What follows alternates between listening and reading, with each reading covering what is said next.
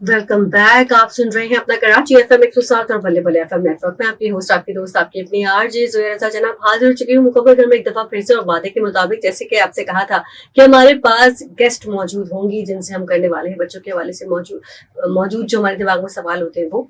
तो डॉक्टर अजमीना खान जो कि कंसल्टेंट पेडियाट्रिशियन है पटेल हॉस्पिटल में, हमारे साथ मौजूद हैं और आज हम इनसे ही करने वाले हैं सवाल। सबसे पहले आपकी खैरवाफियत पूछ लेते हैं। अस्सलाम वालेकुम, कैसे हैं? वालेकुम अस्सलाम, अल्हम्दुलिल्लाह का शुक्र है। अच्छा डॉक्टर साहब, मैं कुछ सवाल जो हैं मैं चाहूंगी कि जो बारिश से पहले के सब मतलब कुछ ऐसी चीजें होती है कि हम सिर्फ उस वक्त फोकस करते हैं कि बारिश हो रही है तो बच्चा बीमार हो गया है, लेकिन मैं चाहूंगी कि उससे पहले कुछ जो सवाल होते हैं वो आपसे पूछूं। जैसे कि हमारा एक सवाल है कि बारिश के मौसम में बच्चों का इम्यून सिस्टम कमजोर क्यों होता है? हाँ, बिल्कुल बहुत अच्छी बात यही है कि हम मानसून से पहले, बारिश के सीज़न से पहले ही जो एहतियाती तदाबीर, जो ज़रूरत की चीज़ें हैं, उन पर फ़ोकस कर लें, ताकि वो परेशानी जो बारिश के दिनों में आम तौर पे पेरेंट्स उठाते हैं, उससे बचा जा सके। तो उसमें सबसे इम्पोर्टेंट चीज़ तो यही है, जैसे आपने कहा कि इम्यून सिस्टम, और उसके ऊपर काम करने के जो सही टाइम है, वो मानसून से पहले का ही टाइम है। इसमें हम 2 हिस्सों में मेनली बच्चों को रख सकते हैं। एक को जिनकी ऑलरेडी कोई प्रॉब्लम्स हों, जैसे एज़मा है, एलर्जीज़ हैं, उनको ऑलरेडी कोई इश्यूज़ हों, और दूसरे वो बच्चे जो रूटीन एज़ सच किसी प्रॉब्लम से सफ़र नहीं कर रहे, उनको। जो बच्चे अदरवाइज़ हेल्दी हैं, कोई उनका हेल्थ इश्यू नहीं है, उनके लिए तो इम्पोर्टेंट है कि उनकी स्केड्यूल्ड वैक्सीन्स उनको टाइम पे कंप्लीट किया जाए। और इस तरह जिनके बच्चों की कोई साइड बाय कोई प्रॉब्लम है, कोई एज़मा, कोई एलर्जीज़ के इश्यूज़ हैं, उनकी रेगुलर मेडिकेशन सबसे इम्पोर्टेंट है कि वो अवेलेबल हों, घर पे हों, उसमें किसी किस्म की कोई मेडिसिन स्किप ना की जाए, उनको बहुत रेगुलरली दिया जाए। प्लस डाइट के हवाले से उनका बहुत ख़्याल रखा जाए। और यूजुअली एलर्जीज़ वाले बच्चों को हम लोग कहते हैं कि विटामिन सी हो गया, जिंक सप्लीमेंट्स हो गए, वो before the change of season उनको एक शॉर्ट कोर्स वो ले लें, ताकि एक इम्यून बूस्ट उनको मिल सके। तो मेनली जो बच्चे किसी किस्म की प्रॉब्लम सफ़र कर रहे हैं, उनके लिए सीज़न से बिफोर पहले ही हमें एक्शन लेना बहुत ज़रूरी होता है। ठीक है। अच्छा, मुझे एक और चीज़ आप बताइए कि क्या बारिश के दिनों में वैक्सीनेशन जो है उसकी तब्दीली ज़रूरी है? तब्दीली ज़रूरी नहीं है। उसमें भी ये है कि जो रेगुलर वैक्सीन्स हैं वो कंप्लीट हों, और कुछ बूस्टर डोजेस होते हैं, जैसे कि यूजुअली बारिश के सीज़न के बाद हम देखते हैं कि टाइफाइड हो गया, इस तरह की बीमारियां ज़्यादा वो हो रही होती है। तो अगर आपके बच्चे की कोई स्केड्यूल्ड वैक्सीन आ रही है, तो उसको टाइमली कंप्लीट कर लें। अगर उसको किसी बूस्टर डोज की नीड है, या उसकी किसी स्पेशल मेडिकल कंडीशन की वजह से उसको कुछ वैक्सीन्स एडवाइज्ड हैं, तो उनको टाइमली आप कंप्लीट कर लें। कब बाज़ औक़ात पेरेंट्स समझते हैं कि 15 दिन 20 दिन से कोई फ़र्क नहीं पड़ेगा, बट जो वैक्सीन हम देते हैं वो यूजुअली इम्यूनिटी डेवलप करने में भी 4 टू 6 वीक्स ले रही होती है। तो अगर हम ड्यूरिंग सीज़न लगाएँगे, या वंस के बच्चे इन्फेक्टेड हो गया तब उसको यूज़ करेंगे, तो उसका वो इफ़ेक्टिव, या उसकी वो हम एफिकेसी नहीं अवेल कर पाएँगे, जो कि होती है। तो आइडियल टाइम यही होता है कि बिफोर द सीज़न हम स्केड्यूल्ड वैक्सीन्स को भी इस तरह प्लान कर लें कि वो मिस भी ना हो, और जब बच्चे को ज़रूरत है तब तक वो इम्यूनिटी डेवलप कर चुका हो। सही। अच्छा, मुझे ये बताइए कि इस मौसम में न्यूट्रिशन पर किस तरह का ज़्यादा फ़ोकस जो है बच्चों को करना चाहिए? क्या चीज़, क्या ग़िज़ा उन्हें देनी चाहिए इसमें? बिल्कुल, न्यूट्रिशन तो one of the most important part है ग्रोथ और बच्चों के हवाले से। इसमें पहली चीज़ तो ये है कि हेल्दी फूड, जंक फूड से वैसे भी रूटीन में ही बचना चाहिए, बट इस मौसम में क्योंकि मक्खियों का और डिफरेंट तरह के कीड़े मकोड़ों का काफ़ी ज़्यादा वो हो जाता है, जो हमारी हाइजीनिक कंडीशंस है उनके हिसाब से, तो उसको तो बिल्कुल ही अवॉइड करना चाहिए कि स्ट्रीट फूड्स वगैरह हो गए, उसको बच्चों को बिल्कुल, बच्चों के इनफेक्ट बड़ों को सभी को अवॉइड करना चाहिए। और सेकेंडली जो घर के ऊपर भी है, उसमें भी आपके जैसे जो सीजन के फ्रूट्स वगैरह होते हैं वो बहुत अच्छी सोर्स होते हैं विटामिन सी और इम्यूनिटी को वो करने के लिए। और इस सीजन में आपको ऑलमोस्ट सारे ही येलो ऑरेंज फ्रूट्स मिल रहे होते हैं, जो बहुत अच्छी आपकी इम्यूनिटी को बूस्ट देते हैं, तो उन पर फोकस रखना चाहिए। फिर सेकेंडली ये कि जो भी खाना खा रहे हैं बहुत प्रॉपरली कुक्ड हो, अगर बाहर छोड़ा गया है तो बहुत अच्छे से कवर किया हुआ हो, उसको रीहीट कर रहे हो तो प्रॉपरली उसको किया जाए, कोई ऐसा हाफ उसमें ना हो कि किसी भी किस्म की उसके जर्म्स और बैक्टीरिया की ग्रोथ का चांस बढ़े। तो इन सब एहतियात, और स्पेशली पानी को लेकर कि इसको प्रॉपरली बॉयल करके उसको यूज़ किया जाए। हमारे कॉन्सेप्ट है कि फिल्टर्स का है, इसका है, इस कंपनी का है, ठीक है, एवरीथिंग इज़ फाइन, बट जो बॉयल वाटर है उसका कंपैरिजन नहीं है। तो आप जो प्रेफरेबल है वो यही कि बॉइल वाटर बच्चों को बॉइल वाटर बच्चों को दें। फिर अमूमन लोग बहुत मसरूफ होते हैं अपनी जिंदगी में, तो वो अपनी जिंदगी को थोड़ा आसान बनाना चाहते हैं, तो उनको सबसे अच्छा ऑप्शन यही लगता है। वरना पहले के दौर में तो अम्माएं कहती थी नहीं, पानी गर्म ही होना चाहिए, बॉइल होगा उसके बाद वो ठंडा हो फिर बोतलों में भरो। सही बात है, बिल्कुल। तो वो ये कि वो उसकी इम्पोर्टेंस बहुत ज्यादा है। तो कोशिश यही कीजिए जो भी हमारे सुनने वाले लिसनर्स हैं कि खुदारा अगर आपके पास वक्त है और कोई प्रॉब्लम नहीं है तो बच्चों को घर का बॉइल्ड वाटर ही पिलाएं। इनफैक्ट बड़े भी जो है वो भी ये चीज करें जरूर। तो हमारे साथ जो है वो डॉक्टर अजमीना खान मौजूद हैं। इनसे अगर आप भी कोई सवाल करना चाहते हैं तो हमें कॉल कर सकते हैं 111-111-107 पे, या फिर हमें व्हाट्सएप पर मैसेज कर सकते हैं। हमारा व्हाट्सएप नंबर है 03398107-107। सुनते रहिए अपना कराची FM 107 और भले भले FM नेटवर्क। Welcome back. आप सुन रहे हैं अपना कराची FM 107 और भले भले FM नेटवर्क में आपकी होस्ट, आपकी दोस्त, आपकी अपनी RJ ज़ोहरा जनाब हाजिर चुकी है मुकम्मल घर में एक दफा फिर से। डॉक्टर अजमीना खान हमारे साथ मौजूद है और हम मानसून के हवाले से इनसे बात करें जो बच्चों की अम्माएं परेशान रहती है, क्या करें कैसे करें, तो उसके जवाब जो है बहुत जबरदस्त दे रही हैं, जो मेरी भी नॉलेज में इजाफा हो रहा है, यकीनन आप लोग की नॉलेज में भी इजाफा हो रहा होगा।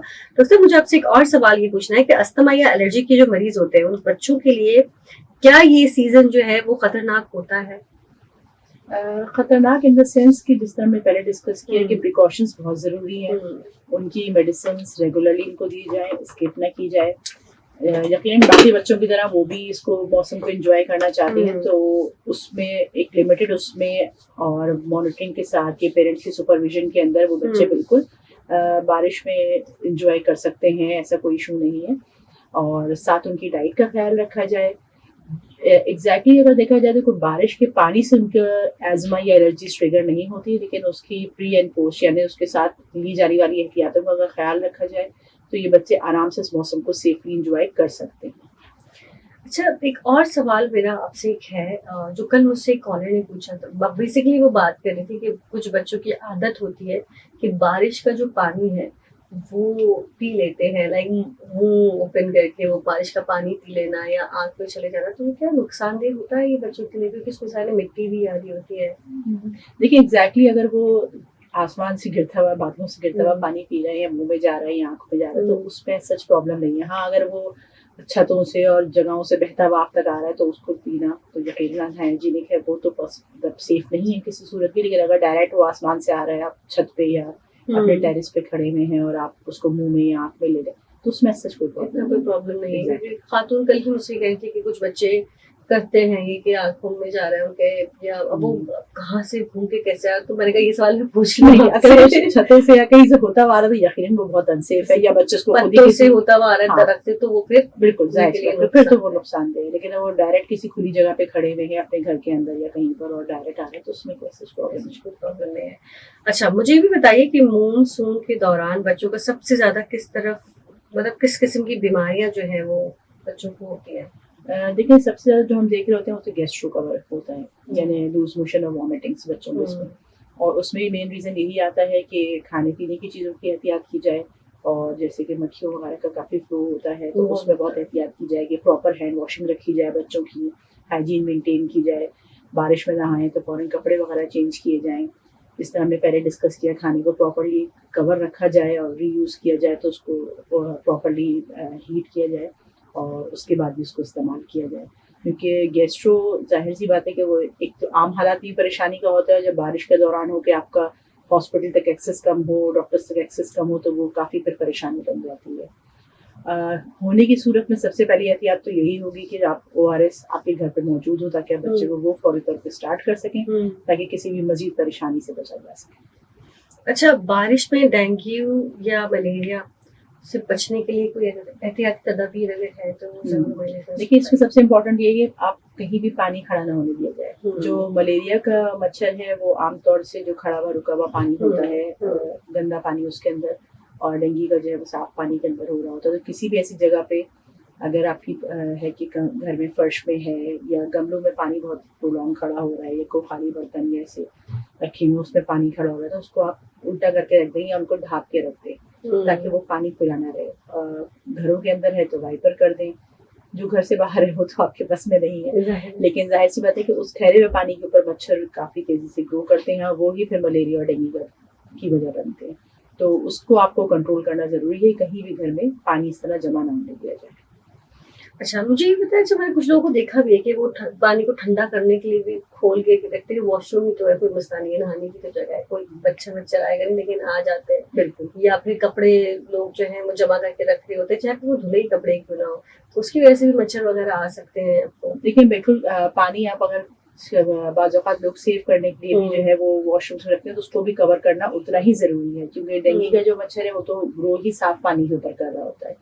तो उसको खबर आप ख्याल में रखें। और अदरवाइज वैसे भी हम हमेशा ये एडवाइस करते हैं कि जिन घरों में बच्चे हैं वहाँ पानी को किसी खुली चीज में स्टोर ना किया जाए। आप हमेशा उसके ऊपर एक प्रॉपर इतना टाइट कवर हो कि छोटा जो नासमझ एज का बच्चा है, टॉडलर्स एज जो ग्रुप होता है, उसको खुद से हटा ना सके, क्योंकि उससे फिर एक्सीडेंट्स का रिस्क बहुत ज्यादा होता है। बिल्कुल।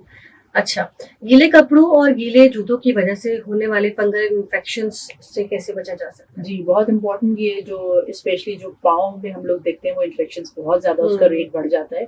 मेनली रीजन यही होता है कि बच्चे जो है वो शूज जो पहने हुए होते हैं वो वाटर प्रूफ नहीं होते। अब जैसे कराची में हार्डली पूरे साल में 15-20 दिन या 3-4 हफ्ते का मानसून मौसम आता है, तो लोग उसकी इतनी शायद तैयारी करते भी नहीं कि जो है वो वाटर प्रूफ शूज लें। लेकिन उस सूरत में यही है कि अगर आपके शूज गीले हो गए हैं तो उनको फौरन रिमूव किया जाए। सॉक्स अगर बच्चा पहना है उसको रिमूव किया जाए, और उसके साथ ही जो है उनको फौरन से साफ पानी से और पॉसिबल हो तो साबुन से अच्छी तरह पैरों को वॉश करके और फिर ड्राई कर दिया जाए। उनको गीला ना छोड़ा जाए, स्पेशली शूज के अंदर कवर तो बिल्कुल भी नहीं, क्योंकि फिर वो फंगल ग्रोथ का बाइस बनता है। बच्चे उसी में खेलने जा रहे हैं, खेल रहे हैं वही मिट्टी में, उनके अमूमन बच्चों, क्योंकि वालिदैन को ये बात तो पता होती नहीं कि बच्चे बाहर जो खेलने जा रहे हैं पानी में, तो वो कहाँ खेलने जा रहे हैं, किस तरह की जगह है, आया वो साफ जगह है या नहीं। एग्जैक्टली।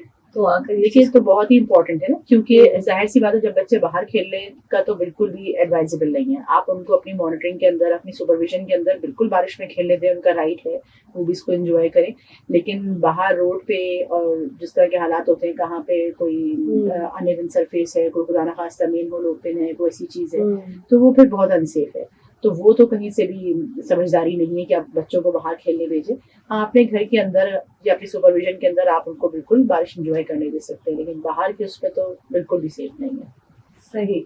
तो हमारे साथ मौजूद हैं डॉक्टर असमीना खान, जिनसे हम कर रहे हैं सवाल मानसून के हवाले से कि बच्चे जो है बीमार पड़ते हैं ज्यादा, तो उससे पहले की क्या एहतियाती तदाबीर है जब हो जाता है बुखार या नजला जुकाम या एक्सवाइजी बीमारियां, तो उसमें हम क्या कर सकते हैं।